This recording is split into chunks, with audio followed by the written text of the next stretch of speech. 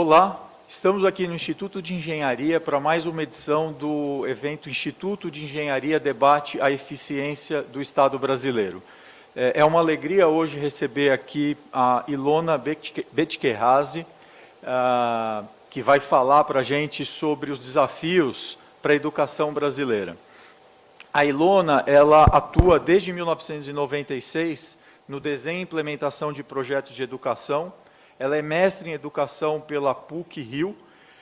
Hoje ela é doutoranda pela Faculdade de Educação na USP, atua como consultora e é colunista do boletim Missão Aluno da Rádio CBN, da revista Educacional, e ela mantém um blog de educação, exequi.com, Excelência e Equidade em Educação. Eu aproveito também para agradecer a presença do professor José Roberto Cardoso, que é membro conselheiro, ele é membro do Conselho Deliberativo do Instituto de Engenharia, professor titular da Escola Politécnica, a qual dirigiu durante 2010 e 2014, e também foi integrante membro da Comissão de Avaliação da CAPES dos cursos de pós-graduação. Antes de passar a palavra para a Ilona, eu vou aproveitar para agradecer ao presidente do Instituto, que abre esse espaço para que a gente faça, né, a defesa aqui da educação, a equipe de comunicação que trabalha arduamente para que esse evento aconteça, e aos patrocinadores, que no caso desse evento são os engenheiros e não engenheiros, que são associados do Instituto de Engenharia e ajudam a manter a infraestrutura e os serviços do Instituto para que a gente possa, né, executar a nossa missão. Então, eu vou passar a palavra para a Ilona, né, que vai falar sobre os desafios para a educação brasileira, e vou aproveitar também, passando a palavra para ela e a provocando, questionando o nome do blog dela, né, que é Excelência e Equidade em Educação. Ilona, isso é uma utopia? Que provocação é essa sua, né? Excelência e Equidade. Obrigado, Ilona. Bom, obrigada. Antes de responder, queria agradecer o convite, é um prazer estar aqui. É uma utopia no caso do Brasil, né? Excelência educacional com equidade é uma utopia no caso brasileiro. Eu vou mostrar na apresentação por quê, mas eu acho que a gente pode trabalhar na direção de materializar os nossos sonhos de ter um país que seja desenvolvido econômica e socialmente. E essa equação não funciona sem educação. Bom,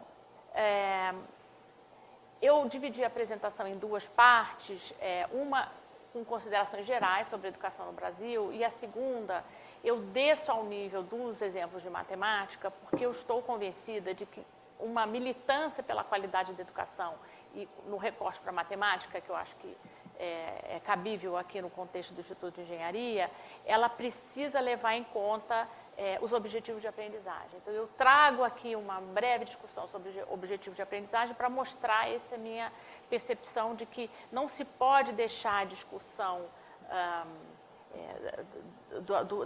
da elevação do nível de qualidade só em conversas mais amplas. É necessário fazer uma análise do que a sociedade brasileira espera como resultado da educação pública e privada no Brasil. Bom, parte importante do problema brasileiro tem a ver com o contexto histórico do Brasil estar inserido numa mentalidade, numa história da América Latina, né? Então, não há uma tradição de valorização da cultura acadêmica como nos países asiáticos, por exemplo, mesmo para a elite, que é o que eu vou mostrar nos gráficos.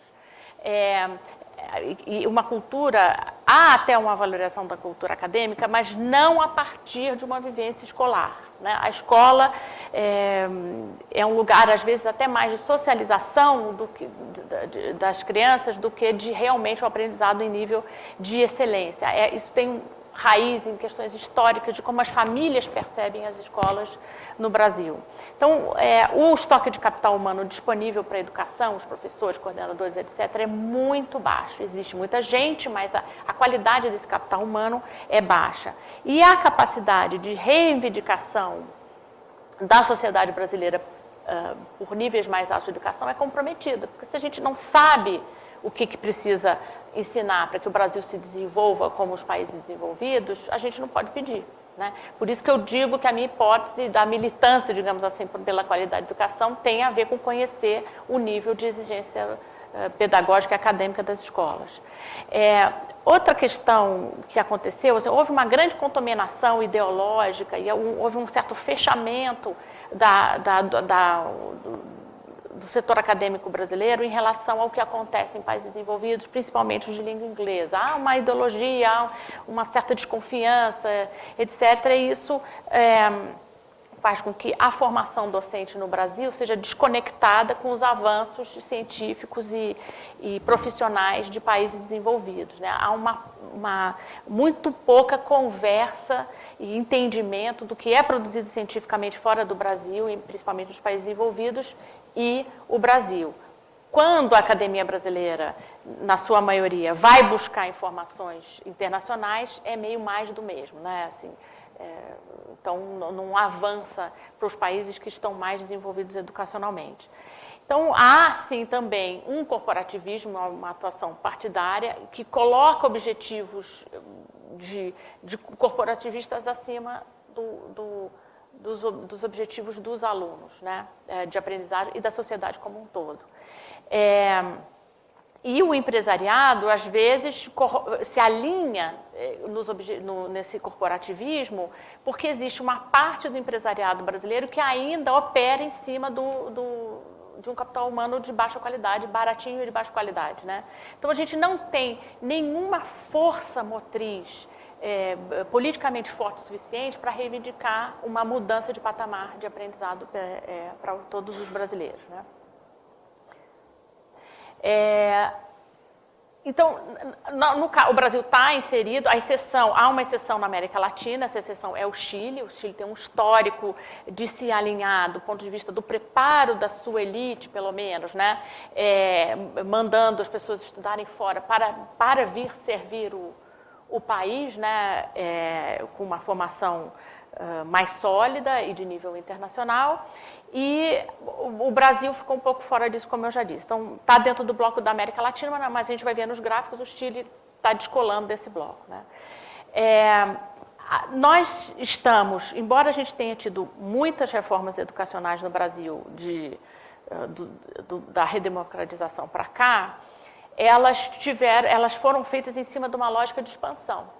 E a lógica de expansão, ela é politicamente palatável, porque ela agrada a todo mundo. É construir escola, inaugurar escola, contratar professora, aí aumenta a arrecadação do sindicato, quer dizer, todo mundo ganha. Né? Quando se aborda a questão da qualidade, aí começa a briga. Né? Que é exatamente a briga política, ideológica, etc., que nós estamos enfrentando agora no Brasil. Né? Um outro problema que tem a ver com o contexto da América Latina, e que é particularmente importante aqui no Brasil, é a questão do analfabetismo gerado dentro da escola. Né? As crianças estão frequentando a escola, mas não aprendem nem a ler e a escrever. Né? Então, chegam no final da escola, se não abandonou antes, acabam chegando com um analfabetismo pelo menos funcional. Né? Não entendem o que leem e mal sabem fazer as 4 operações. E por causa disso, porque aprendem muito pouco, a nossa comparação, a nossa competitividade em termos internacionais é muito baixa. Né?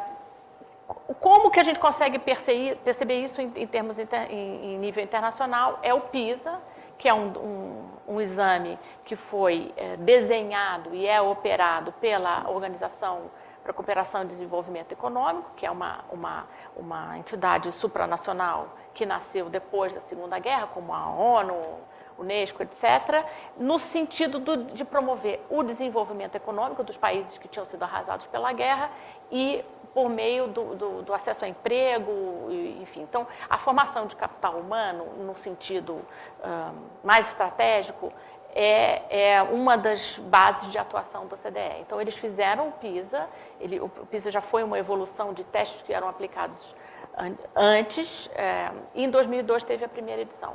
O Brasil decidiu, foi uma decisão estratégica tremendamente importante que o Ministério da Educação da época tomou de participar. Nós nunca saberíamos o nível péssimo de qualidade da educação brasileira se a gente não participasse do PISA. Nós estaríamos cegos, completamente cegos, porque os parâmetros educacionais brasileiros, da Prova Brasil, principalmente, né, são muito abaixo do que seria correspondente em nível internacional.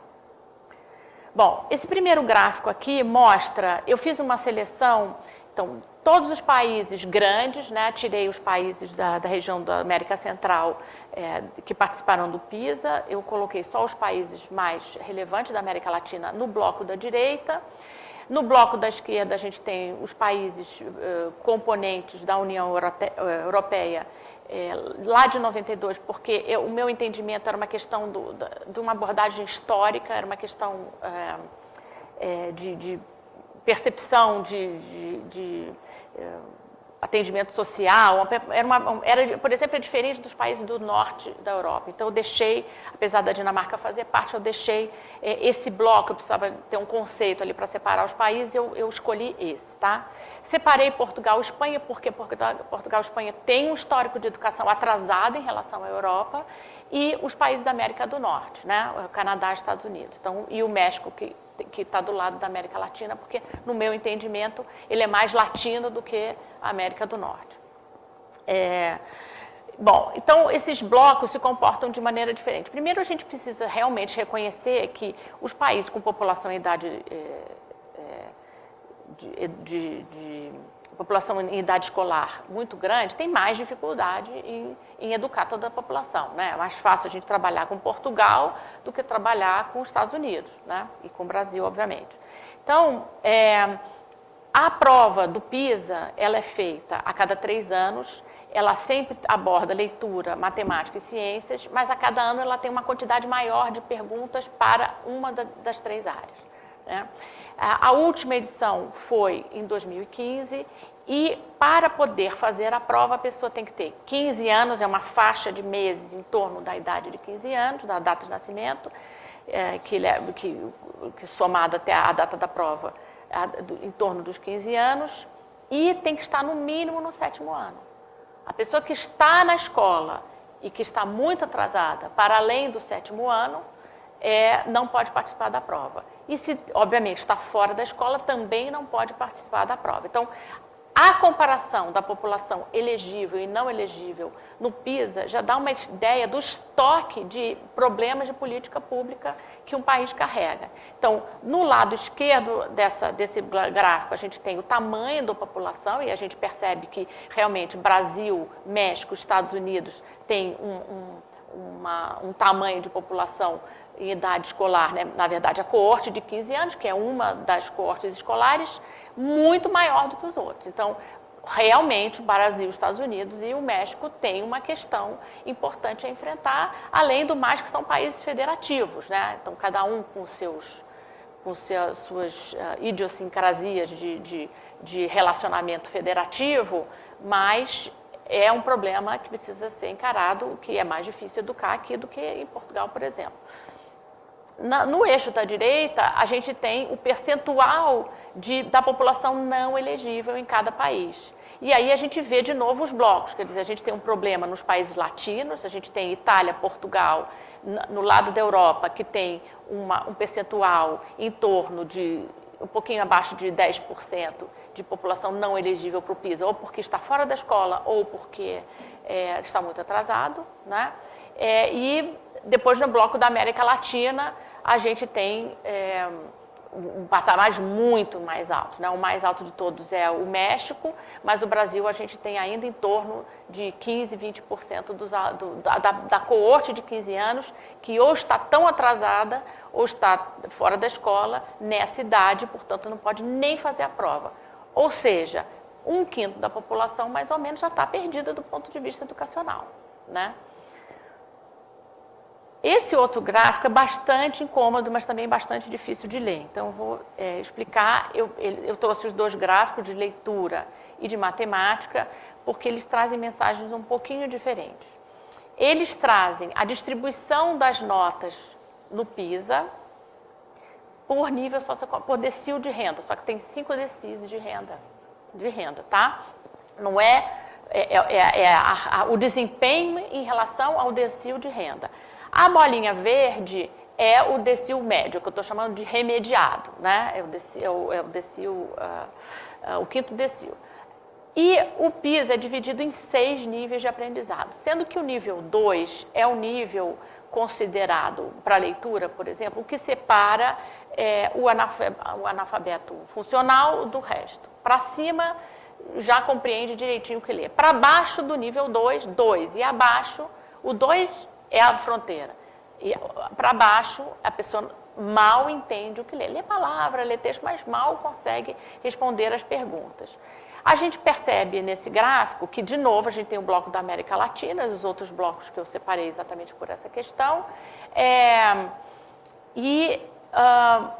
Olhando, o triângulozinho azul é o decil de renda mais alto, né? Uma pessoa de elite, né, que seriam os 10% mais ricos do Brasil, aprende, sabe, né, tem habilidade de leitura tão no nível igual ou às vezes abaixo dos remediados da Europa e da América do Norte, né? Isso quer dizer muita coisa, porque o nível 2 é um nível de compreensão realmente, como eu disse, muito baixo, né? E isso também traz uma notícia a respeito do quanto a gente exige dos nossos alunos. Porque vamos supor, de uma maneira razoável supor, que os 10% mais ricos da população brasileira não têm nenhuma questão de recurso para aprender, nem familiar, nem material, né? Então, tem alguma coisa de muito errada na concepção da escola brasileira que faz com que os 10% mais ricos aprendam muito menos, por exemplo, comparar com a França, né? Comparar com o Canadá, são países menores que o nosso, mas elite é elite em qualquer lugar, né? Então, nós precisamos refletir sobre isso. Obviamente que tem o lado oposto da elite, que são os mais pobres, né? Que aprendem muito menos. Eu acabei não trazendo o outro gráfico que complementava esse, o percentual da população dentro de cada faixa, de cada decil. Obviamente que os mais pobres do Brasil são a maioria, ou quase a metade, do contingente de 15 anos. Portanto, além da gente perceber que eles aprendem muito menos, é um número muito maior de gente, né? Eu acho que tem o segundo gráfico, que é o gráfico da matemática. Eu ainda adicionei um grauzinho de maldade, né, para reforçar aqui a minha argumentação, que foi trazer ali do lado esquerdo, perto da média do OCDE, trazer Hong Kong.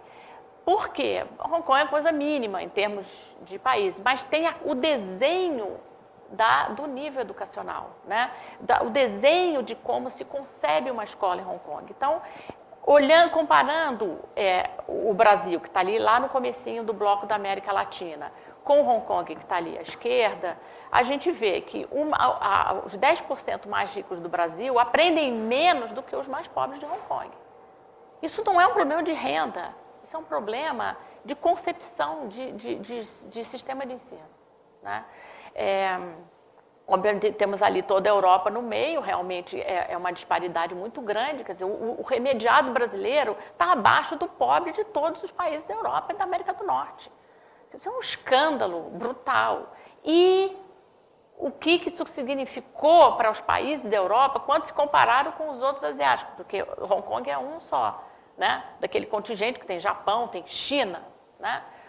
Porque a gente pensa, mas Hong Kong é mínimo, né? Só que Hong Kong está exportando aluno de altíssimo padrão para o Canadá, para a Europa.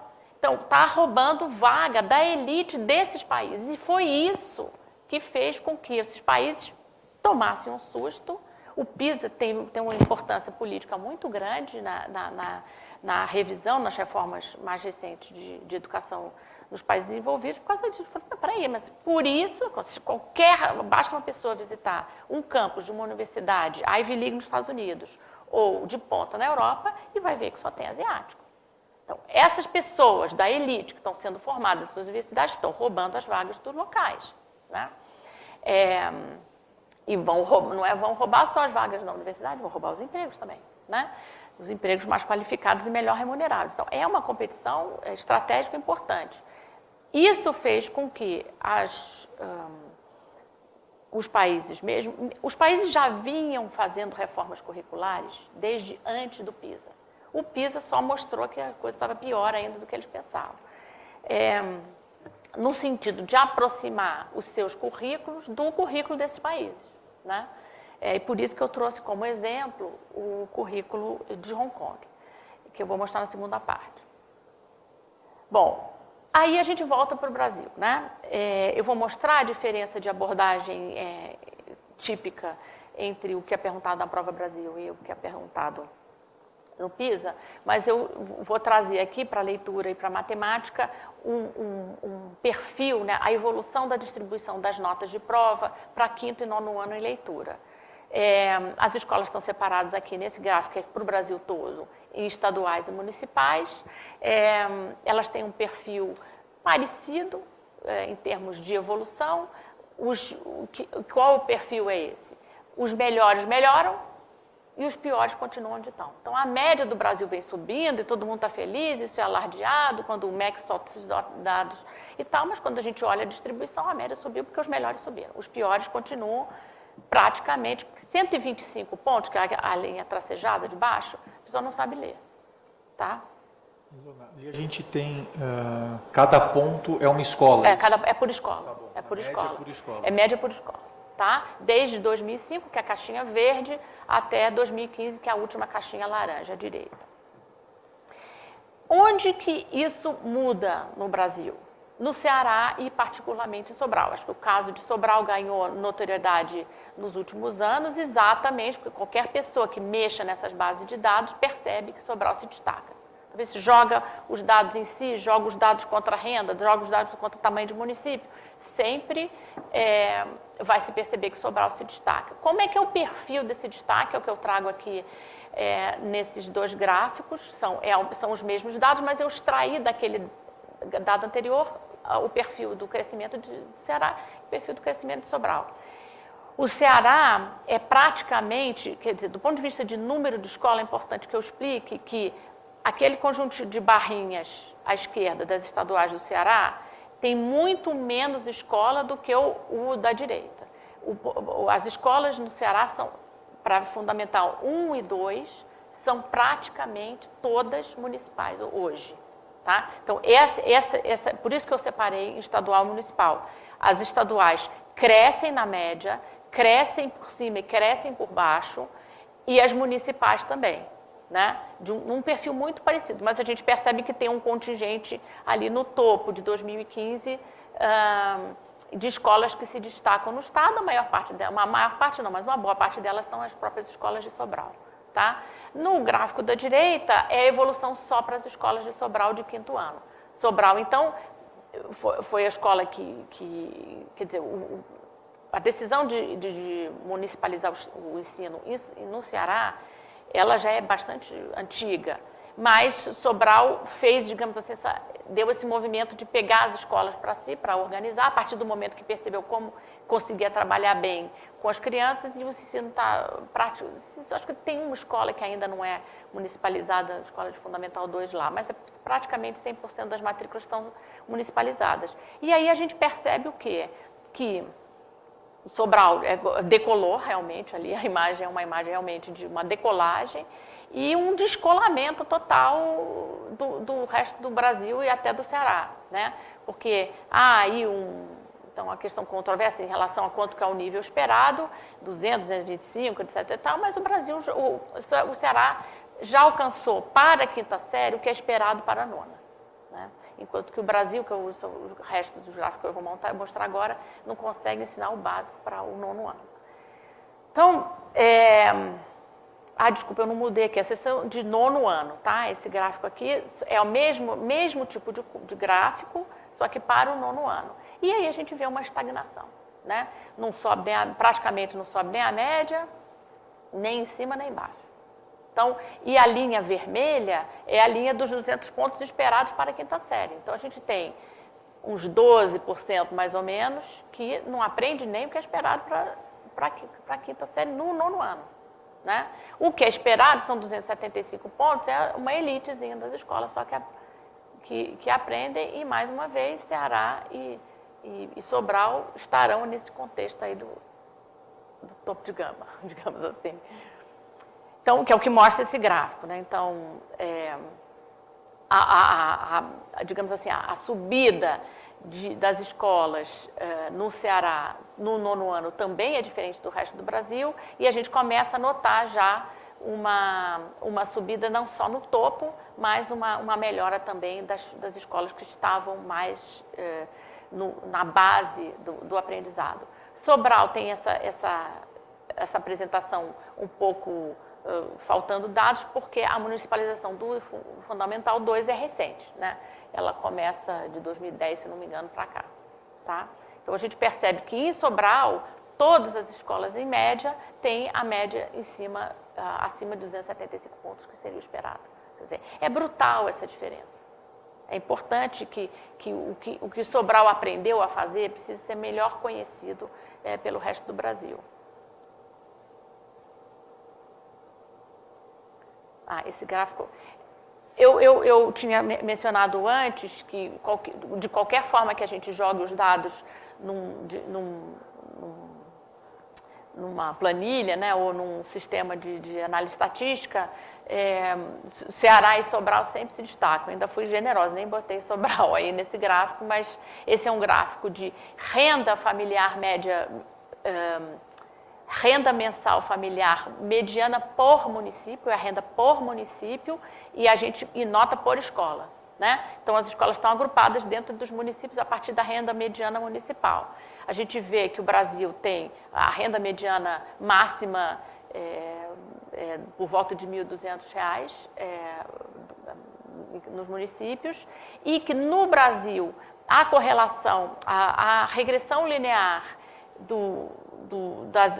da nota média das escolas em relação à renda, ela é positiva, como é em todo quanto é lugar do mundo, né?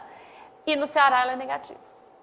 Aquele município, aquela torrezinha verde que está no meio é Fortaleza, que tem a renda muito mais alta do que os outros municípios do estado, mas todos os municípios do estado estão no quintil mais baixo, e a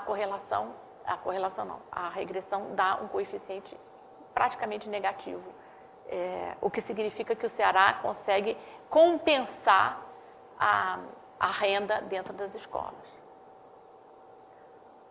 Bom, agora eu vou para a segunda parte, que é uma parte um pouquinho mais chata, porque ela fala de dados mais específicos, mas, como eu disse, eu estou convencida de que a militância agora deve se dar em cima a briga tem que ser assim: vamos ensinar o que para todo mundo. Quando que entra médio, quando que entra fração, quando é que entra estatística, até onde se vai com a geometria, a partir do que.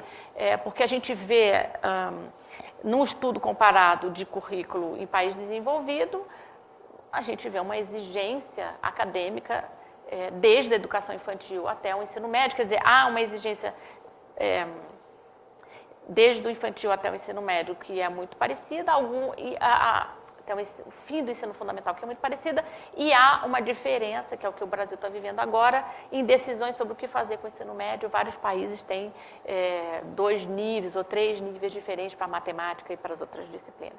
Eu trouxe um breve exemplo aqui, nem vou tratar muito das respostas, mas é o seguinte: isso aqui é uma pergunta do SAEB, da Prova Brasil, tá? Então, uma pergunta de percentagem, que tem lá um enunciado que praticamente já dá a resposta, né? Assim, realmente é o básico da aritmética, né? Aí, o outro exemplo que vem depois desse é o exemplo de uma pergunta do PISA, né? Que é um gráfico que junta 2 dimensões diferentes de velocidade e tempo de frenagem, com 3 parâmetros de tempo de frenagem. Já não me lembro exatamente se é com... tempo de reação do motorista e a distância na freagem em função da velocidade, né? Então, é um gráfico bastante interessante. E aí, nesse outro quadro aqui, a gente tem as questões que caíram no PISA, tá? Então, dá para ver o problema, onde é que está, né? Por que a gente... Quando a gente compara material didático de países desenvolvidos com os nossos, realmente bate a aflição. Porque no dia a dia, as crianças aprendem a fazer atividades complexas, tanto de língua, de entendimento, né, de compreensão de texto, quanto de matemática, muito mais avançadas em relação ao que a gente faz aqui, né? Muito mais. E isso precisa ser abordado de uma maneira mais direta, mais clara, porque tudo que decorre, a formação docente, os recursos para a sala de aula, tudo decorre da decisão de que vai ensinar. Vamos ensinar a fração quando?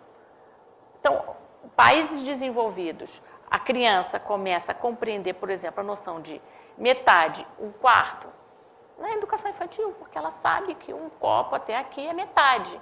Ela não sabe escrever isso em notação matemática, isso ela vai aprender no segundo ano, primeiro ou no segundo ano. Mas ela compreende a questão da metade de uma quantidade. E isso é item curricular de educação infantil em todos os países desenvolvidos. No Brasil, quando se fez agora a Base Nacional Comum, o lobby que quer que na educação infantil não tenha nenhum parâmetro especificado, venceu. E nós temos as especificações de educação infantil, quase, elas são nebulosas, ninguém sabe direito o que é para brincar. Claro que é para brincar, as crianças aprendem sobre metade nos países desenvolvidos brincando, né? Com bloquinhos, com copinhos, né? Como é que chega na metade, como é que marca, tudo isso é vivido e é objetivo intencional de aprendizagem, tá? Bom, então eu trouxe aqui agora, aconteceu um fato histórico no Brasil, de uns anos para cá, que foi o corolário foi a aprovação, né, a homologação da Base Nacional Comum de Ensino Fundamental em dezembro de 2017, em que houve realmente uma especificação curricular em nível nacional, porque ela já existia, não nesse nível de exigência, para praticamente todos os estados brasileiros e alguns municípios também, mas a base alinhou com os países desenvolvidos. Então, o exemplo que eu trago aqui é um exemplo básico de estatística. A primeira vez que a palavra, que a média, né, o cálculo da média aparece no currículo da base é no 7º ano, né? Então, está ali, se não me engano, planejar e realizar experimento, onde é que está aqui? Peraí, calcular. É a segunda, média e amplitude de um conjunto de dados. Compreender em contextos significativos o significado de média estatística como indicador da tendência de uma pesquisa, calcular seu valor e relacioná-lo intuitivamente com a amplitude do conjunto de dados.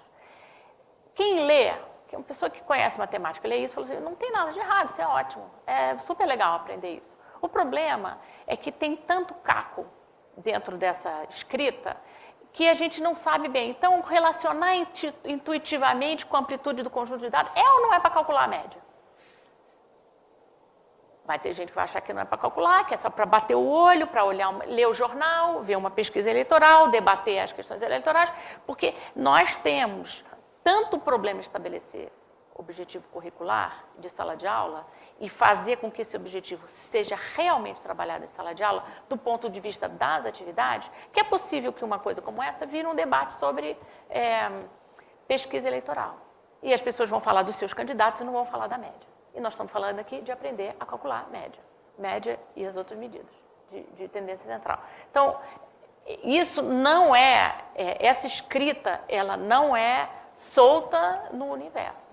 Ela é uma maneira de se pensar como que você escreve uma coisa, você foi forçado a fazer por causa da Base Nacional como não tinha que fazer, mas como que você pode dar uma fugidinha, né? Então, se os estados e os municípios agora não sentarem para especificar que o que está mais importante escrito ali é saber calcular a média, em qualquer situação, pesquisa ou não pesquisa, né? Nós temos um problema aqui, na hora de especificar material de ensino, na hora de especificar atividade em sala de aula. Como que os países desenvolvidos fazem? De uma maneira geral, não fogem disso aqui. Hong Kong é um exemplo que todo mundo... Na hora de especificar o aprendizado, eu preciso escrever uma habilidade de tal forma que ela seja transformada num descritor de prova. E é por isso, por esse embate corporativista de não vamos especificar porque a gente não quer ninguém avaliando o que a gente está fazendo, é que a escrita é diferente. Não é aleatório, não é por acaso, né? Então, no 6º ano, o que se aprende nos estritos centros, digamos assim, em relação à média e à interpretação de dados. Reconhecer, e eu deixei em inglês de propósito para não dizer que eu interpretei nada diferente, né? Reconhecer o conceito das médias, né? Achar a média num conjunto de dados. Sim, achar a média para mim é calcular a média. Assim, você pode dizer, achar a média, procurar a média aí. Não, a gente vai calcular, né? Resolver problemas. Reconhecer, interpretar e construir gráficos de linha, né? Reconhecer e interpretar gráficos de pizza, né? E apresentar data em dados estatísticos que são apropriados. Para cada dado a gente tem um tipo de gráfico que é melhor, né? E discutir e reconhecer os usos e abusos de gráficos estatísticos na vida real, na vida cotidiana. Veja que isso aparece lá no final. Claro, por que eu vou aprender tudo isso, média? Porque eu sei que no dia a dia eu preciso saber, entender o que significa estatística, porque a estatística também pode ser usada para contar uma mentira. Mas eu não passo por uma discussão aberta de que como a estatística pode contar uma mentira e o que a pesquisa que saiu ontem tem a ver com a minha sala de aula, porque eu perco a oportunidade de, dentro da sala de aula, ensinar o cálculo da média. Isso não é trivial. Saber calcular. E não é com planilha de Excel que calcula a média. É na unha. Para quem está na escola, é na unha. Depois, claro, que a gente vai usar. Para entender o pacote estatístico, para entender o Excel, para entender o erro estatístico, eu preciso primeiro aprender a fazer na unha. Tá? E é isso que as escolas estão ensinando para os alunos ali em Hong Kong, na Inglaterra, no Canadá, etc. Em Portugal, tá? Bom, isso aqui depois se quiserem comparar com como que a concepção do ensino de matemática está no ensino médio, agora com a proposição da Base Nacional Comum, pode ir lá olhar, né? Mas eu espero, né? E o Instituto... Como Instituto de Engenharia, você abusou, né? Sim, eu fiz... Não, mas não foi eu que abusei. Esse aqui é o esquema curricular de ensino médio de Hong Kong. Tá? Então, eu trouxe para vocês porque vocês são o único fórum que eu falo que vai conseguir entender o que está escrito aí. Tá? Mas, assim, eu estou fazendo recorte daquela bolinha vermelha ali, que é de dados e o entendimento da estatística, né? Que é o que eu vou trazer no próximo slide. Mas o que eu estou querendo dizer é que, quando você tem um currículo que especifica as habilidades, para o professor conseguir fazer um planejamento pedagógico, onde ele vai abordar a média, digamos, no mesmo tópico, numa mesma semana. Ele pode abordar a média, mediana e moda, por exemplo, sei lá. Como que ele vai montar isso? Ele precisa perceber o que o aluno aprendeu antes, o que ele aprendeu depois e como é que eu vou encaixar. Isso é o tal do interdisciplinar, porque você vai ter um desse para português, você pode fazer a junção. Então, esse gráfico, ele é estratégico para a gestão curricular e para planejamento pedagógico, tá? Vamos comparar com o que foi feito com a base, e aí a gente vai ver o quanto a gente ainda teria que caminhar, né? Bom, em Hong Kong, a gente, lá no ensino médio, os meninos vão se concentrar no entendimento das medidas de dispersão, que é onde pode aparecer o erro, é onde pode manipular a pesquisa, é aí que a coisa pega. E também, eu acho que eu não destaquei, porque eu queria fazer um recorte bem restrito, mas também está descrito no currículo de Hong Kong o conhecimento de desenho de questionário. Tá? Isso é fundamental, por exemplo, para entender, ou de coleta, né? O instrumento de coleta, quer dizer, você tem o cálculo, a matemática, mas você tem o instrumento de coleta estatístico também, que esse tem uma importância grande na discussão da validade do dado estatístico. E embaixo, né, então eu trouxe 2 tópicos do currículo: medidas de dispersão e usos e abusos da estatística. Então, está ali, olha, reconhecer diferentes técnicas de amostragem e princípios básicos de desenho de questionário. Está aí, realmente são as duas. Agora, veja, eu queria que vocês percebessem a lógica cristalina de elaboração de um conjunto que vale para toda a população. Então, o cara pobre de Hong Kong vai aprender isso aqui também. Por isso que quando chega lá no gráfico, os pobres do Hong Kong sabem mais do que a elite brasileira, porque nem nas escolas de elite brasileira se aprende isso aqui no ensino médio. Tá? Então, como a modal, como o ano modal, a série modal de aplicação do PISA está entre o 9º e o 10º ano, nesses países todos, inclusive no Brasil, é mais ou menos isso que todo mundo está aprendendo nos países desenvolvidos. E aqui, se calcular a média e o desvio padrão, né, o povo já fica super feliz. Né?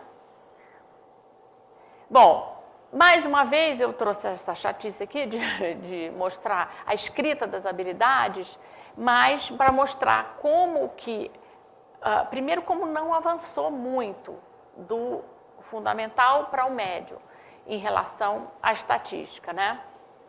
E como que essa escrita que mistura o objetivo pedagógico com a aplicação em sala de aula pode ser nefasta na hora de escrever. Então, deixa eu ver se eu acho uma aqui.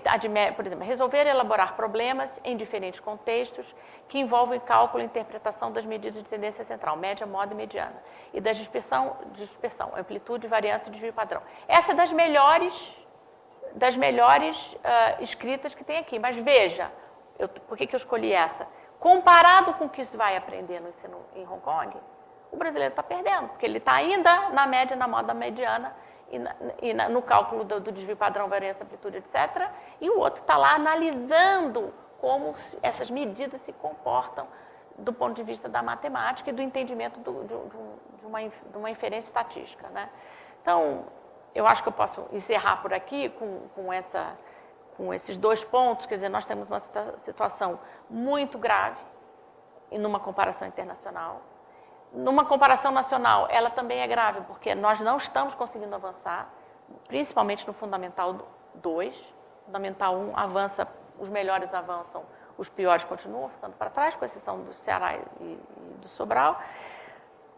E o meu ponto que eu queria assim, trazer para o Instituto de Engenharia, que eu acho que é a questão da militância da engenharia, né, dentro da matemática, nós precisamos subir imensamente a barra do aprendizado de matemática no Brasil, para todos. A pessoa precisa sair para qualquer atividade da vida de uma pessoa pós-ensino médio, ela precisa entender um mínimo de estatística, um mínimo de geometria, quer dizer, em todos os eixos são os mesmos. E aí uma última crítica à Base Nacional Comum do Ensino Médio essa que está agora em discussão, é que se fez uma opção de ser diferente. Fez uma opção de se fazer eixos, não se respeitar os 4 eixos de matemática que vêm desde o PCN, que tinham sido de alguma maneira abordados na Base Nacional do Ensino Fundamental. Se a pessoa ler o documento, vai ver lá que tem as especificações curriculares todas atrapalhadas, todas bagunçadas, dificulta tremendamente o planejamento pedagógico. E aí, no final, tem uma página que diz, mas se você quiser arrumar de outra maneira, você pode. Pum, aí fechou, porque acho que não deu mais tempo de terminar. Eu entendo porque o ministro estava saindo, mas a questão é que por que desde o começo, se há alegação de que o currículo brasileiro foi feito com base nos documentos internacionais, todos os documentos têm os mesmos 4 E, não varia o nome um pouquinho, mas o que está dentro não varia, geometria, tratamento de informação, números e medidas. Todos os currículos de países desenvolvidos têm a mesma coisa, e nós tínhamos também, no ensino médio, quisemos ser modernos. E fizemos uma salada mista, completamente confusa, que vai dificultar ainda mais a elaboração do planejamento pedagógico das escolas. Então, esse aqui é o meu recado para os engenheiros, para correrem atrás dessa base, porque ela é tremendamente importante para nós. Muito bom. Quer dizer, é muito claro, né, apesar de triste, né, mas muito claro a tua descrição, né, da realidade. E eu preciso dizer que tive um primeiro contato, né, com os currículos, há uns 5 anos atrás, quando eu comecei a procurar escola para os meus filhos. E aí fui em busca, né, de com a cabeça de engenheiro, fui em busca dessa coisa de quais eram os objetivos, né, para ir tentar entender o processo de cada escola, e me surpreendi ao não encontrar. Então, apesar da gente ter ainda tem muito mato ainda, né, para cortar, eu acho que já temos um avanço, né? Sim. Comparado, a gente está num caminho de avanço, mas com muita coisa ainda para fazer pela frente. Eu vou então abrir aqui a nossa sessão de perguntas e vou então vou passar a palavra para o professor Cardoso para que ele possa, né, colocar aqui os questionamentos e observações dele. Obrigado, Jorge. Bom dia a todos. Bom, eu quero de início parabenizar a Ilona pela apresentação.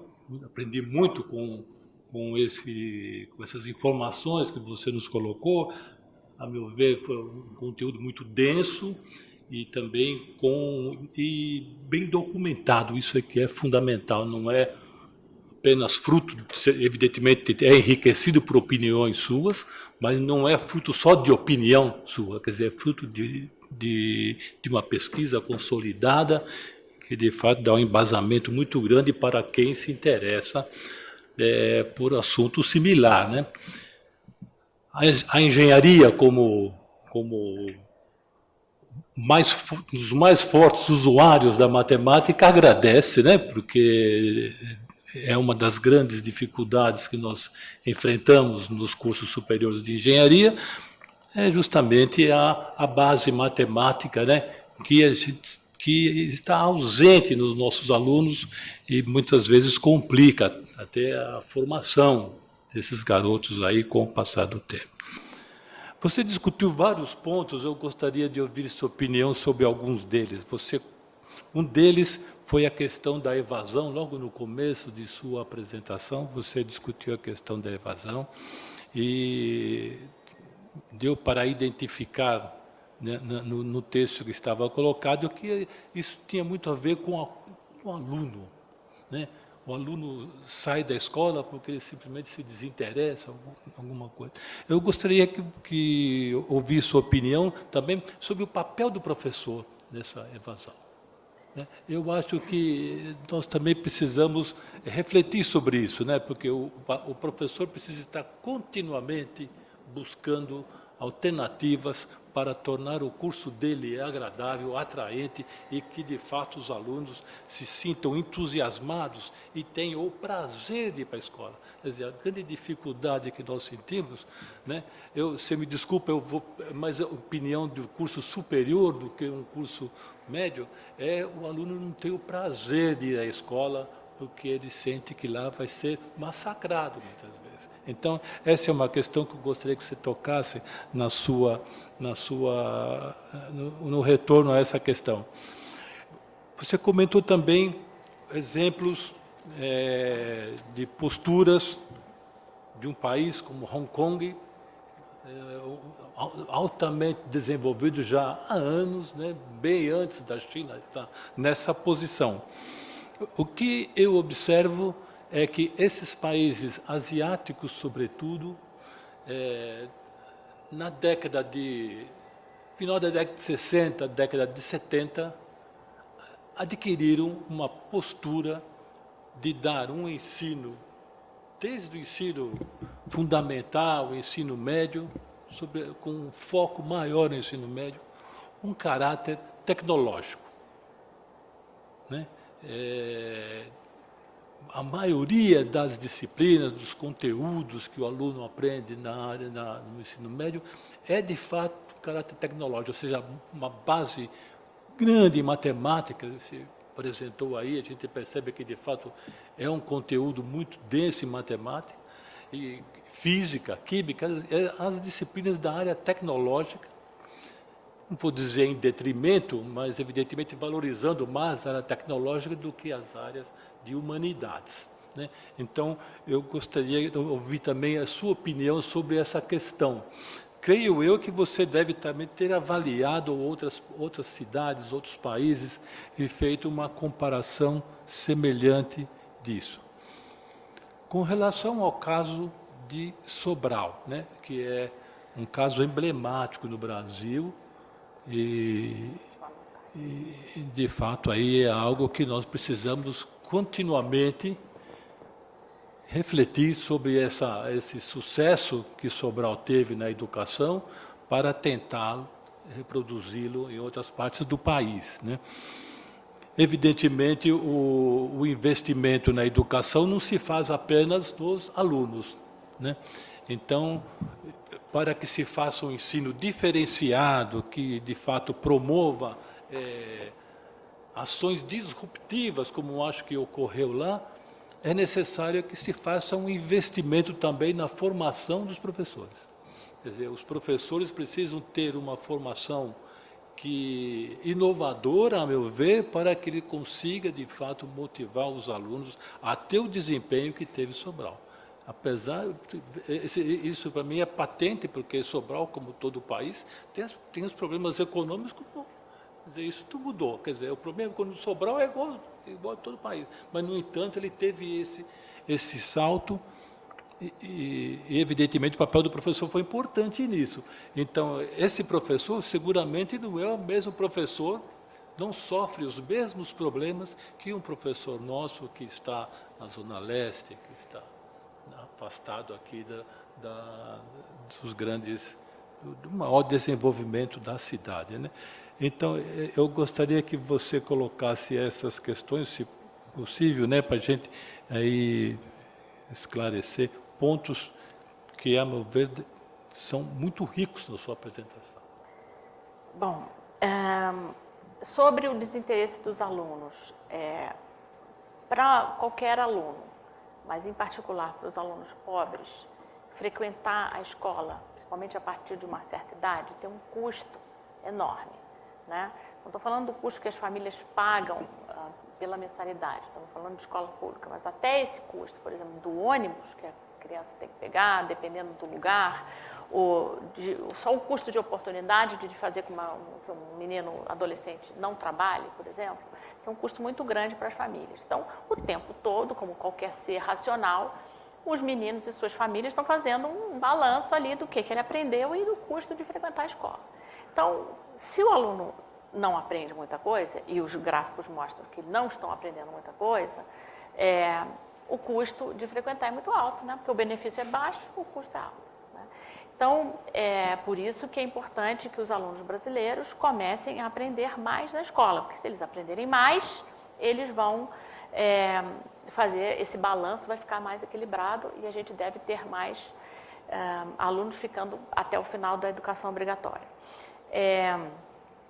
Agora, como que a gente faz o aluno aprender mais, né? Então, vou dar 2 exemplos.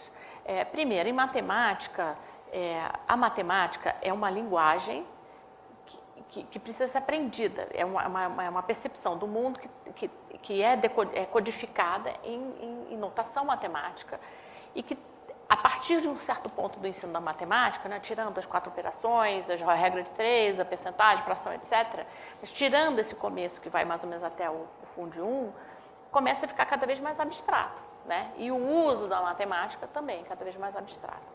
Não é dizendo que o aluno vai usar isso para fazer o blog, o raio que o parto, que foi escrito na Base Nacional Comum, é que vai fazer com que o aluno goste mais, porque a gente está, digamos assim, nivelando por baixo o uso dessa matemática. Então, é preciso deixar claro que o aluno vai aprender uma matemática complexa até o final do ensino médio e que isso, obviamente, vai impactar na formação docente, né? Porque é preciso não só que todos os professores dominem uma matemática complexa desde a educação infantil até o ensino médio, cada um no seu nível, de acordo com o currículo, mas também a capacidade de ensinar isso.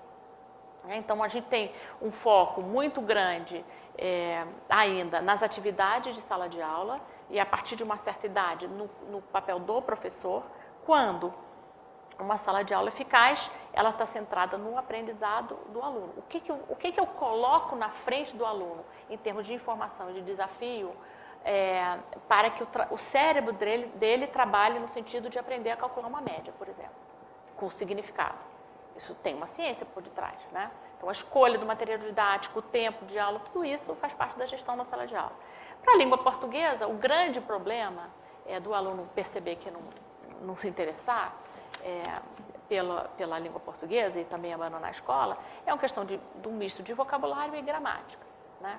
Como a gente no Brasil começou, por razões às vezes explicáveis, às vezes inexplicáveis, há uma antipatia com a gramática, que é a regra da estrutura da língua portuguesa, e da acumulação sistemática de vocabulário, né? A gente tem uma ideologia no Brasil que acha que o aluno pobre tem que ficar ali com aquela caixinha de palavras que ele traz da casa dele. Então, é óbvio que como que o aluno vai ler Monteiro Lobato? Como que o aluno vai ler Machado de Assis? Como que o aluno vai ler um texto complexo num jornal a respeito de um tema complexo se ele não tem o vocabulário e se ele não conhece as estruturas gramaticais que dão a compreensão do texto? Sem isso é impossível. Como a gente acha que isso é ruim de aprender, é chato, e a percepção corrente da opinião pública em relação à escola é que gramática e aquisição de vocabulário, consulta dicionário, por exemplo, é uma coisa chatérrima, que os meninos têm que ficar fazendo vlog, blog, mas não sei o quê, que é o que está escrito na Base Nacional Comum. É óbvio que um dia eles chegam lá, mas essas linguagens específicas da mais moderna de tecnologia, de Twitter, etc. e tal, são textos menos complexos, de estruturas basiquíssimas. Então, o menino tem que ler, e os currículos de países desenvolvidos, está lá escrito, na Inglaterra está lá, tem que no mínimo saber uma peça de Shakespeare. Lá em Portugal tem que conhecer Camões. Cada um escolhe do seu arcabouço de patrimônio cultural as peças mais complexas para levar para a sala de aula. Nós aqui estamos achando que com funk e Twitter a gente vai deixar o aluno mais interessado. E isso trabalha contra quem? Contra o aluno de baixa renda, que é o que evade mais rápido, porque o custo para ele ainda é maior de participar da escola. Então, qual é o papel do professor nisso? É juntar todo esse esquema altamente complexo de objetivo pedagógico, como que os alunos aprendem tem teoria, tem explicação técnica, para todo tipo de ensino tem uma explicação. Qual é a melhor maneira de explicar aquele ponto matemático, aquele ponto? A língua portuguesa é mais fácil, mas a matemática tem toda uma formação de matemática que precisa, primeiro, o professor compreender os fenômenos matemáticos, as lógicas matemáticas, e passar aquilo de uma maneira da lógica matemática, e não do procedimento, da multiplicação que vai da direita para a esquerda. A propriedade matemática precisa estar compreendida pelo professor e pelo aluno para que se não se corra atrás do procedimento matemático. Você põe o menino para decorar, olha, multiplicação com vários dígitos, é da esquerda para a direita, de cima para baixo, ao invés de explicar a propriedade matemática que está ali, né? Então, o aluno realmente evade. O papel do professor precisa saber a matemática e precisa saber como ensinar a matemática, né? A questão do ensino tecnológico no ensino médio, há sim uma questão de que quando o menino passa do fim da escolaridade obrigatória, que em geral é até o 9º ano, mas também pode ser o ensino médio, enfim, no ensino médio há uma tendência a se separar em várias carreiras, digamos assim, ou em vários tipos de aprendizado diferentes, às vezes com possibilidade de voltar atrás, propedêutico ou não, né?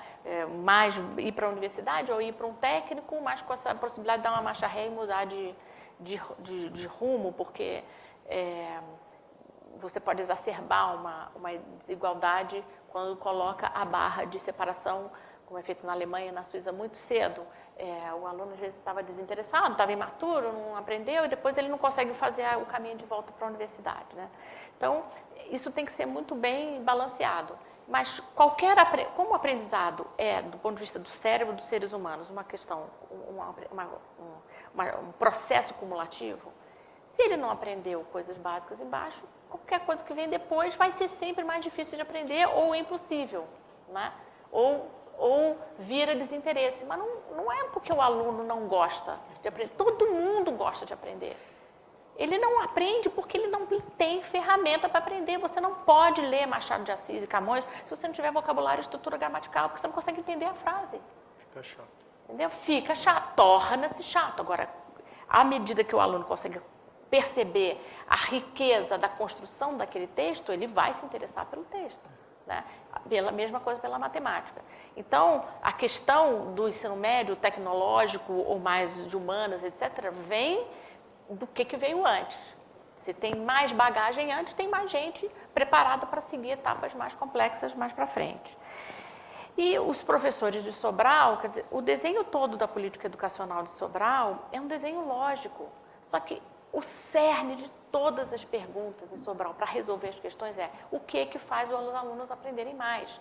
Não é o que eu ganho mais com isso, o que agrada mais o sindicato com aquilo. As perguntas são feitas como que eu faço para o aluno aprender mais. Então tá, o que eu faço para o aluno aprender mais matemática? Precisa de material didático, está aqui o material didático, material dourado, precisa de acervo nas escolas, precisa de livrinho na sala de aula para aprender português.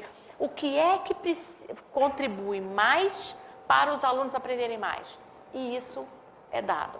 A questão da formação, ela em Sobral é brilhantemente desenhada para fazer com que o professor o tempo todo esteja apoiado pelos seus pares, na coordenação pedagógica e no nível da secretaria, em termos, olha, se aqui está todo mundo aprendendo média, né?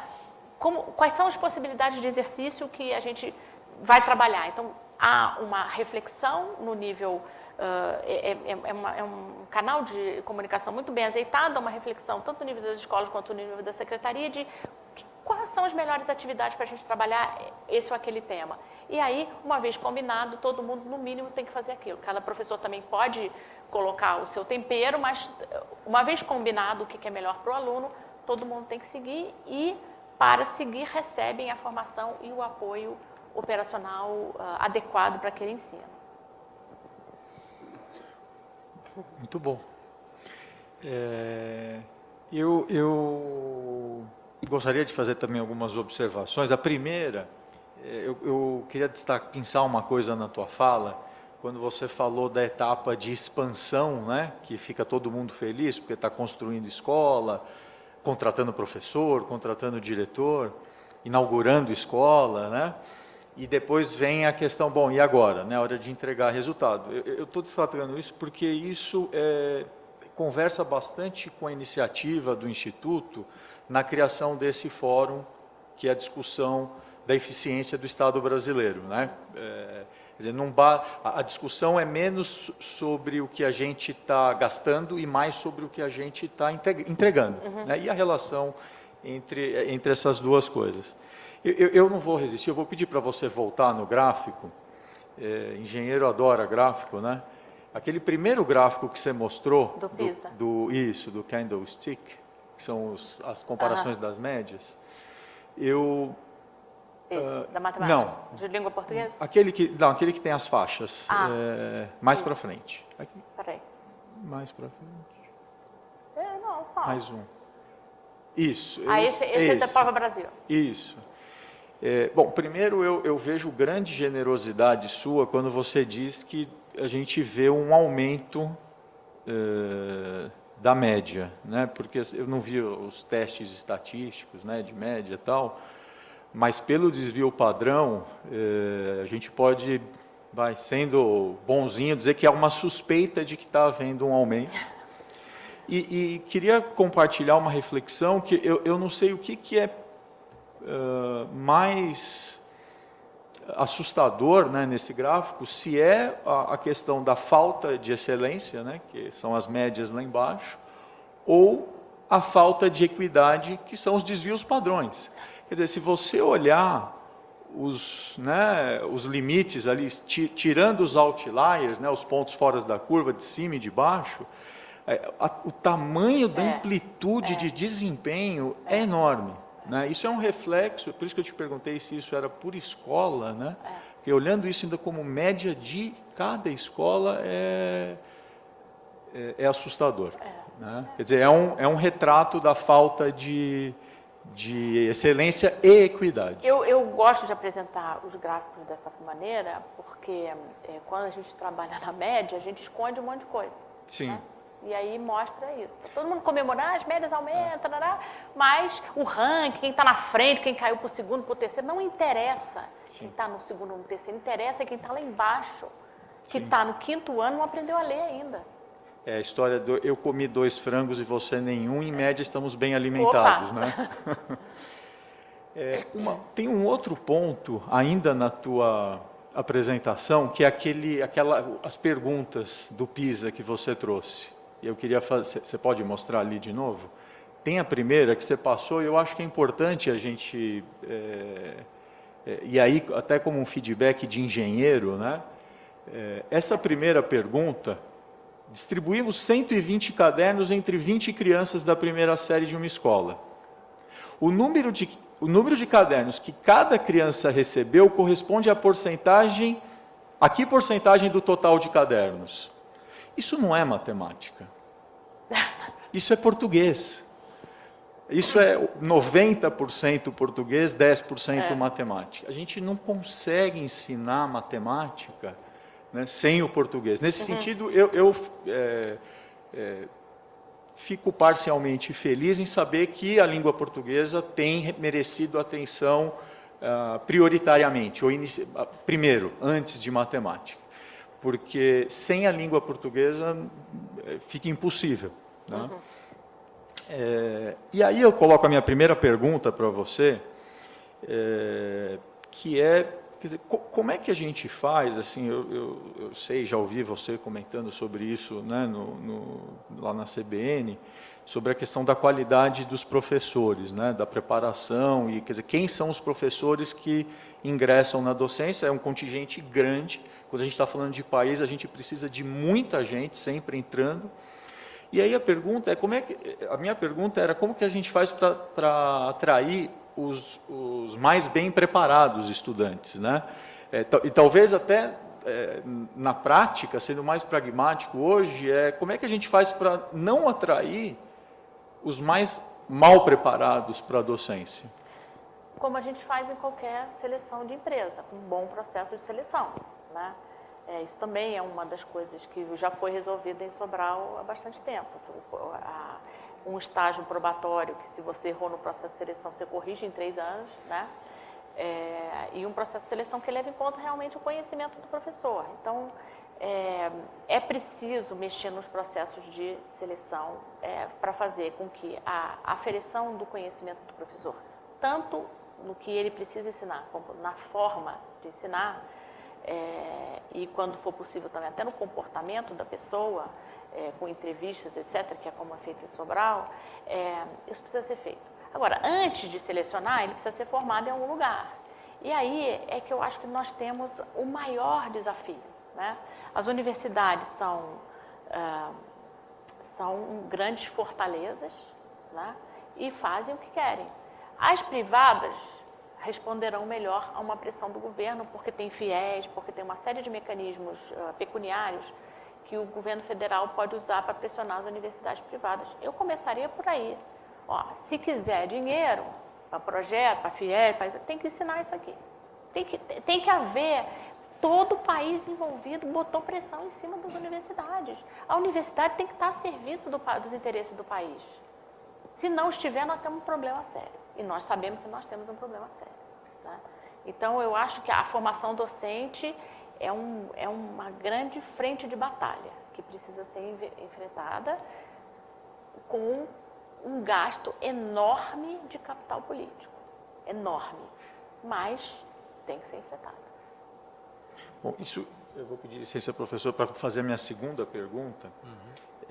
Que é, na verdade, uma pergunta propaganda do nosso ciclo, né, de debate sobre a eficiência do Estado brasileiro, que eu queria lembrar que todos eles estão no hot site, né? Então, quem quiser assistir a esse ou aos outros pode encontrar no hot site. E eu queria fazer um retrospecto. A gente recebeu aqui o Gil Castelo Branco, do Contas Abertas, e ele, durante a fala dele, ele deixou claro que o problema de gestão das contas do Brasil, né, a gente tem um inimigo, que são os políticos, que fazem um mau uso, né, desses recursos. Quando a gente recebeu aqui o Paulo Tafner para falar sobre a reforma da Previdência, ele deixou bem claro que a gente tem um inimigo que é o corporativismo, né, e aquelas classes que mais se beneficiam, né, das regras atuais da Previdência. Quando a gente recebeu aqui o professor Sérgio Moraes falando sobre a dívida pública, ele indicou como inimigo os rentistas e os bancos, né, para a dívida pública brasileira. E aí, então, né, tem uma lista de perguntas aqui, mas a gente pode resumir em... Dizer, eu sei que a educação é uma resposta mais complexa, a gente dificilmente vai elencar um, né? Mas assim, quem são os inimigos da educação? Quer dizer, quais são as restrições no Brasil que impedem que a gente consiga fazer o que Sobral está fazendo no Ceará? Eu acho que, infelizmente, a gente precisa fazer um meia-culpa e reconhecer que a culpa é da sociedade brasileira. Tá? Nós não, foi o que eu falei antes, nós, por razões históricas, do contexto da América Latina, a gente aceita como natural, primeiro, que até a própria elite não domine os mesmos conteúdos, mesmo com complexidade, com esforço acadêmico e intelectual que fazem os alunos de elite de países desenvolvidos. Quer dizer, um vestibular, uma passagem para a universidade, para a universidade de excelência nos Estados Unidos, na Europa, é um processo completamente diferente do nosso aqui, né? Então, a nossa sociedade precisa falar, queremos um desafio acadêmico e intelectual para nós, elite, e para todos. Então, mas isso é amplo, né, Ilana? Aí quer dizer, vamos então, mas trazer... por causa disso, porque a sociedade não está atrás desse desafio acadêmico, o custo político para se implementar essas mudanças fica todo no político. Então, o político pode ser o inimigo, mas ele pode ser um amigo, né? Porque se toda a sociedade brasileira deixasse um recado claro, queremos um padrão de ensino igual dos países desenvolvidos, que foi o que foi para a rua quando teve as manifestações de 2013, pedia-se uma educação padrão FIFA, só que ninguém sabe o que é. Por isso que eu digo que a militância agora é pelo padrão de ensino rigoroso, né? Então, se todo mundo pedir isso, o custo político de oferecer isso cai. Você está dizendo que o inimigo é a própria sociedade, sim, eu acho. Que é incapaz de cobrar uma educação... Porque quem vai peitar um professor universitário, um acadêmico da área de educação, que diz que tem que alfabetizar com 8 anos, quando a gente sabe que os filhos da elite são alfabetizados entre 4, 5, 6 no máximo. Essa discussão passou batida no Plano Nacional de Educação, agora passou batida na Base Nacional Comum, deixaram as especificações que tinham sido, numa certa etapa, especificações de alfabetização colocadas na educação infantil, foi obrigado a retirar. Porque o custo político para manter objetivos de aprendizagem, de alfabetização e de conceitos matemáticos na educação infantil é impossível de pagar. Quanto tempo a gente vai levar para mudar isso, então? Eu não sei.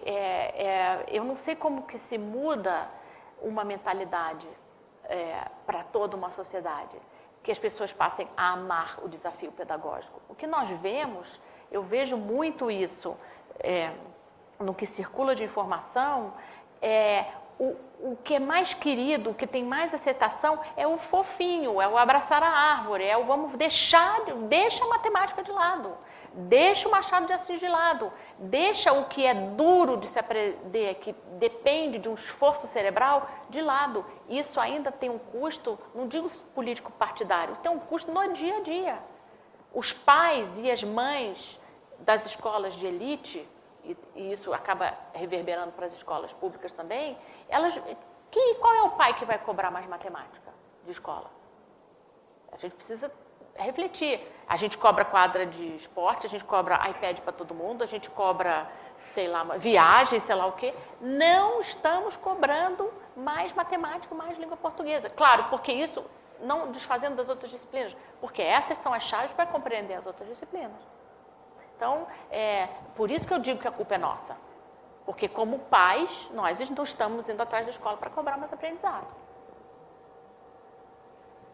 Bem, professor, bom, por fim, eu gostaria de ver sua reflexão sobre uma característica só brasileira da questão do ensino superior, a meu ver, reflexo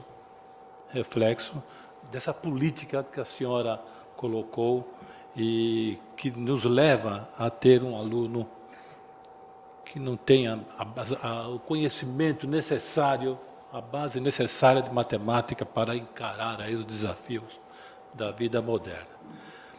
O Brasil titula hoje algo em torno de 4,1 engenheiros a cada 10 mil habitantes. Falam que nós temos muitos engenheiros, mas se nós compararmos com países como Coreia, Hong Kong, China, que titulam algo em torno de 30 engenheiros a cada 10 mil habitantes, nós vemos aí que, de fato, nós formamos muito poucos engenheiros, apesar de ter desemprego na área. Agora, no entanto, se nós fizermos a mesma conta com os bacharéis de Direito, né, nós formamos uma quantidade imensa de bacharéis de Direito. Seguramente muito superior aí a índice de 8 a 10 vezes mais que engenheiros, ou talvez mais. Para se ter uma ideia, só na cidade de São Paulo, na grande São Paulo, nós temos mais escolas de direitos que no mundo. Acredite se quiser. Quer dizer, a meu ver, isso aí foi essa postura que nós temos, é justamente impacto dessa má formação que tem na matemática, que faz o jovem fugir, se afastar das carreiras tecnológicas. Sobretudo a mulher, que é a grande deficiência que a engenharia tem. A engenharia precisa de mulheres em profusão para que a diversidade enriqueça, né, a nossa produção, mas justamente por conta desse cenário que nós temos, os jovens se afastam da carreira, promovendo essa, na minha opinião, distorção, que levou o nosso país a ser simplesmente um país usuário de tecnologia. Né? Nós não desenvolvemos uma tecnologia que nos permita ter uma independência econômica, né? Que nos tire dessas ondas que aparecem, que afetam a economia, porque se tem tecnologia, se exporta. E aí tem estabilidade econômica. Então não é o caso do Brasil, que é o país que vive dos serviços. Serviços que é o grande empregador, né? Com honrosas exceções, né? Honrosas exceções, Sim, são poucas. Você pega a Petrobras, você pega a Embraer. Quer dizer, pensando no país como um todo, né? Nós não conseguimos ter aí algo que de fato atrai os jovens aí para a carreira tecnológica. Então, a senhora, agora com com a estrutura curricular que tem no ensino médio, por exemplo, no passado, em 2006, eu achei o trabalho do Cristóvão Buarque brilhante. Ele, de fato, ele promoveu mudanças, a meu ver, substanciais, né? Quando ele foi lá ministro da Educação, criou até o conceito do educacionismo, né? Se o Brasil pudesse ter o educacionismo, né? Seria um comunismo educacional, né? Para que, de fato, ocorresse um movimento no país semelhante ao que ocorreu em Sobral, né? Agora nós vemos essa nossa base nacional comum, que, a meu ver, liberou um pouco, tirou uma série de amarras que nós tínhamos na base anterior. Quer dizer, eu estou esperançoso com essa postura, né? Então, simplesmente então de ouvir essa opinião da senhora nessa questão aí que nós temos, nesse desequilíbrio entre a formação matemática e a formação das humanidades em geral, que impacta muito a tendência do jovem na escolha de sua profissão, causando no país esse desequilíbrio de profissões que nós temos. É isso mesmo, é o desconhecimento da matemática, porque a língua portuguesa ela é mais fácil de recuperar, digamos assim, porque ela está no dia a dia, né? É necessário uma aquisição de gramática e de vocabulário, como eu disse, para aprender a língua portuguesa, mas a própria leitura, né? Se a pessoa é interessada, ela vai lendo e vai recuperando um pouquinho o que quer que ela não tenha aprendido na escola. E a própria escola também tem mais facilidade com língua portuguesa do que com matemática. A matemática, realmente, sem um professor de matemática é muito difícil, porque não é usado no dia a dia, quer dizer, até usa, mas não de uma maneira consciente, né? Que a gente passa o tempo todo ali se refletindo, como a gente reflete quando a gente está falando ou escrevendo.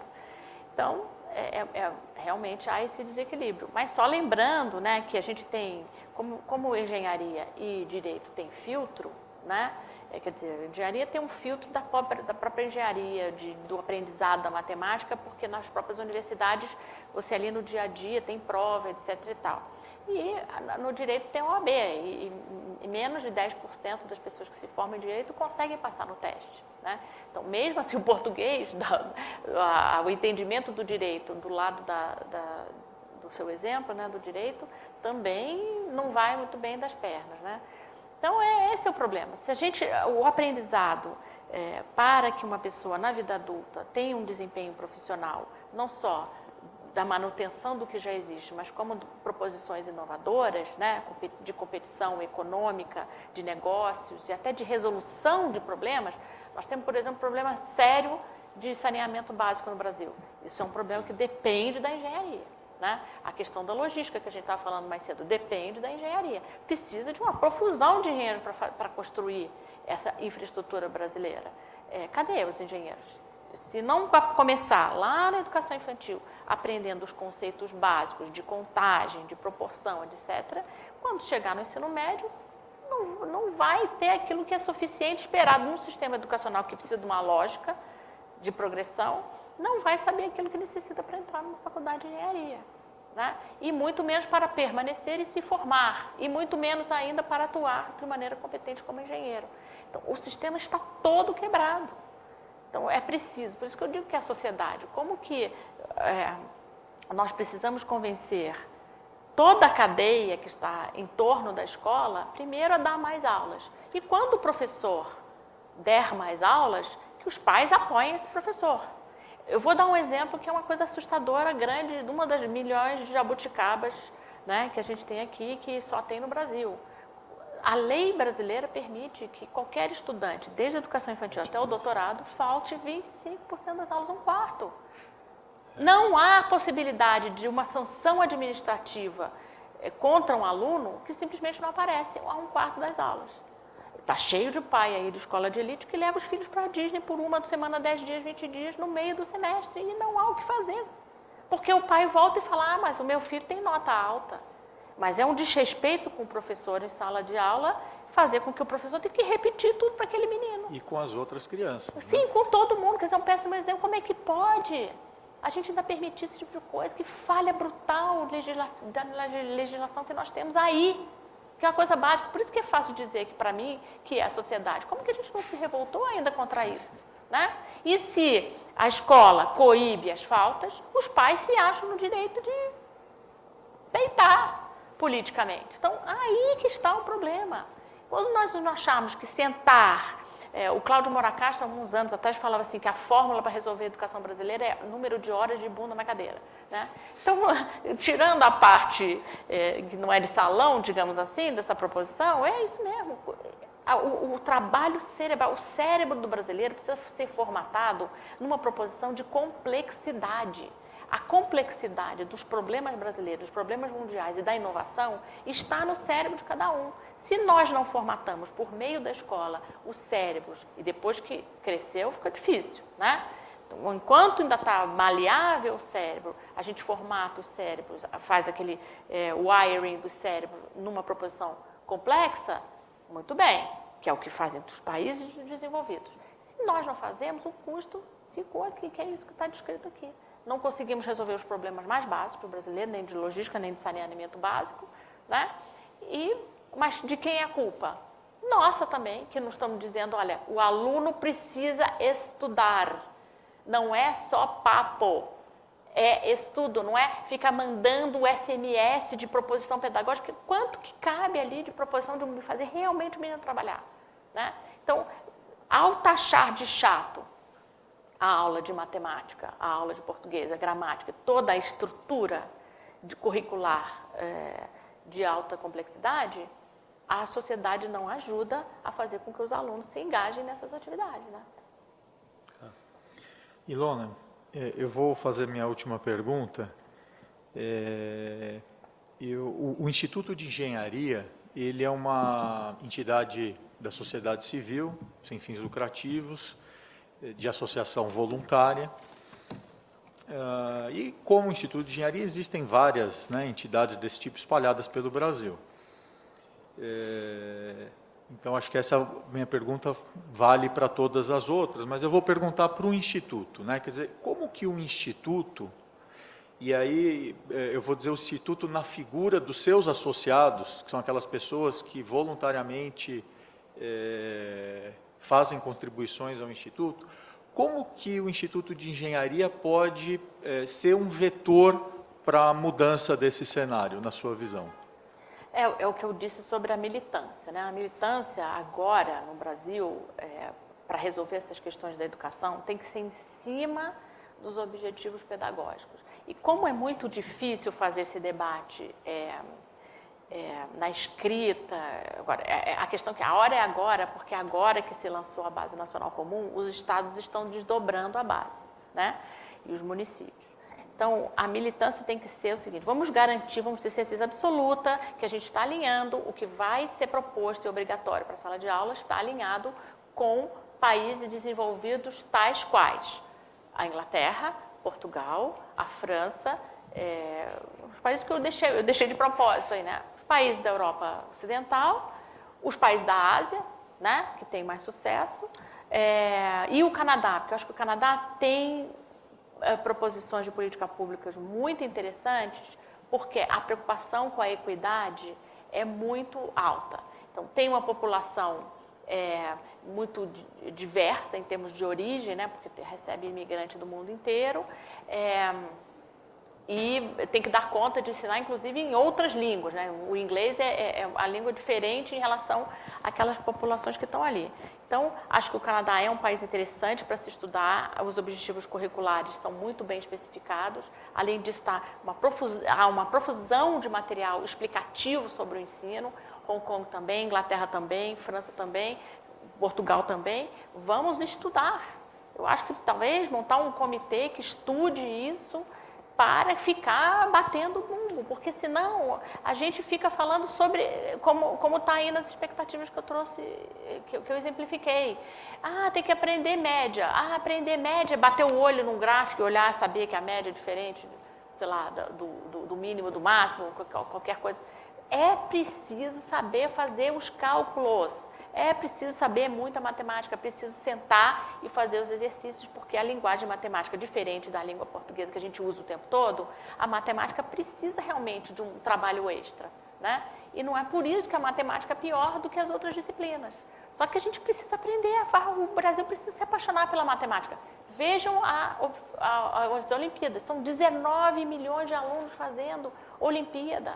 Está aí um canal para... Vamos puxar para cima essa Olimpíada, né? Porque a Olimpíada movimenta. O que está sendo cobrado na Olimpíada? Vamos ver o que está sendo cobrado e vamos ver se... Porque isso tem penetração e já está dado. Esse esquema operacional já está todo pronto, né? Os cursinhos também, as provas de vestibular, ficar de olho nas universidades. O que está sendo ensinado mesmo, né? E aí eu acho que os engenheiros, e não engenheiros, mas as pessoas ligadas aqui ao Instituto, têm capacidade técnica para interferir e militar mesmo. É militância. Aí agora eu acho que é partir mesmo para um corpo a corpo na cobrança do que se ensina nas escolas. Muito bom. Ilona, eu gostaria de te agradecer imensamente pela sua disponibilidade em estar aqui no Instituto, trazendo toda a sua experiência e seu conhecimento, compartilhando com os nossos associados. Queria agradecer também ao professor Cardoso, que trouxe aqui toda a sua experiência também para contribuir e ajudar a direcionar na fala da Ilona. Reforço o convite para que todos, né, visitem o hot site do ciclo, né, Instituto de Engenharia, Debate e Eficiência do Estado Brasileiro.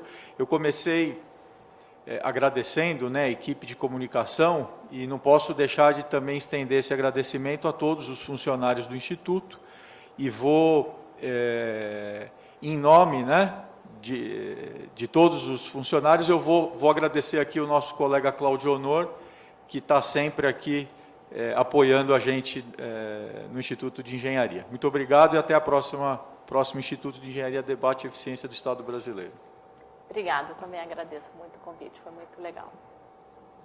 Tá bom.